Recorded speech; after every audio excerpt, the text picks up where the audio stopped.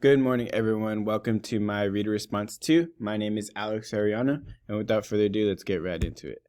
So our driving question for Reader Response 2 is, what did you learn from our class dialogues about the Laborie public versus private good article, the Geer and Fultz articles, or the equity reading? I'm just going to touch on one or two key learnings that I found from each article. So starting with the first article, the Geer Indian Heart versus Indian Heart White Man's Head article. The first key learning that I found was the value of students having teachers of their same race, heritage, and culture. These students really benefited from Indians teaching Indians because they were able to teach them about their heritage. That way these kids really valued their own culture. They were able to teach them about Indian art, which is super important to them. And they were also able to teach in a way that made it easier to learn English and content such as math and science because they were able to do it like a triangle translation where they can translate from the first to second language. Second key learning was how Indian educators were treated unfairly and were unrecognized for their work. These Indian educators did so much outside of the classroom. They were one of the first to educate themselves on how to be teachers and how to be better teachers, and they were still unrecognized for it. For example, you have Sarah Winnemucca, who opened up her own school, very successful, but unrecognized. Her school ended up getting shut down. These Indian teachers were asked to do so much outside of the classroom. They were the ones cleaning the campuses.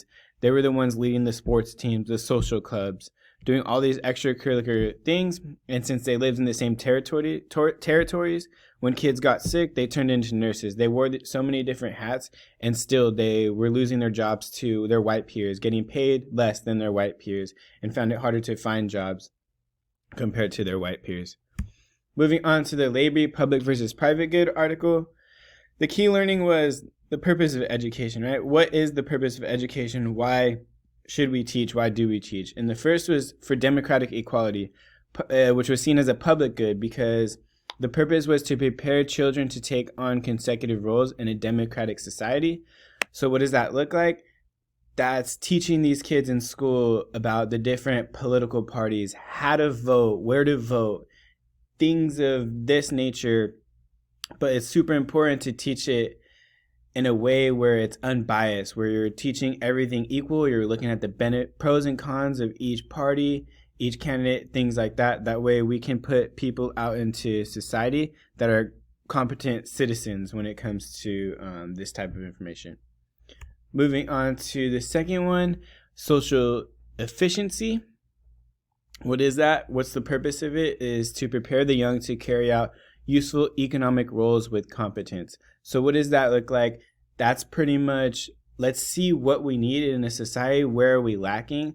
Are we losing farmers, right? Oh, well, we have students that are very good hands-on. Let's push them into that career. That way we can fill the gaps.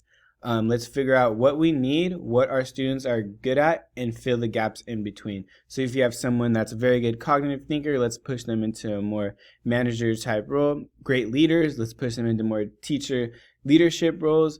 Let's find out what these kids are good at, and let's fill in the gaps in between. So our second purpose of education was for social mobility. What is that? So the purpose of that is to provide students with an advantage for attaining a desirable social position. Unlike the others, this is seen as a private good because people have a voice, people have a choice. As you see in the picture, everyone can go towards the American dream. Doesn't matter how old, how young, how big, how small, what color you are. The resources are out there to choose what you want to do and pursue it wholeheartedly. And that's seen as a benefit from the educational consumer, where the other two were, the goals were from the taxpayer and the employers. So the last article was the equity article. And the key learnings that I found from this was pretty much the big difference between equality and equity, right? Equality is equal. So everyone gets a bike. Doesn't matter who you are, what you look like, how big, how small, you get a bike. Everyone gets one bike, same size bike, doesn't matter. But equity is more related to fairness. So as you see in the picture, the girl in the wheelchair, she can't ride the first bike, but let's get her a bike that she can ride. The second guy, he's too tall for the first bike. He's all crouched over. Let's get him a bike that he can ride that fits him. And on the right, the little boy can't even reach the pedals. Let's get him a smaller bike where he can ride. Let's be fair. Let's meet the needs of all of our students. A lot of the inequities that the article talked about are things that I'm familiar with, things that I've heard before, such as societal inequity, socioeconomic, cultural, familial. Those are all things, unfortunately, that we're kind of born into and we can't control. So we can't control what culture we're born into. We can't control who our family is. We can't control how much money our family makes. Those are all things out of our control. So one form of inequity that stood out to me the most was instructional inequity. And that stood out to me because that's something that we can control. Social inequity is where students are enrolled in classes that teach in ineffective ways that are uninteresting. They don't learn as much content, and the way that the teacher is teaching, the content's delivered in a way that doesn't meet the needs of all its students. So as a teacher, that's super important. That's something that we can make a difference in if we're being versatile, we're meeting the needs of all our students, using different forms of teaching. That way these students can really benefit. So you see in the picture, you have the teacher just blah, blah, blah, sleeping, and the kids are sleeping too because they're uninterested. So with that being said, these were some very valuable key learnings that I found, and I look forward to learning more throughout the course.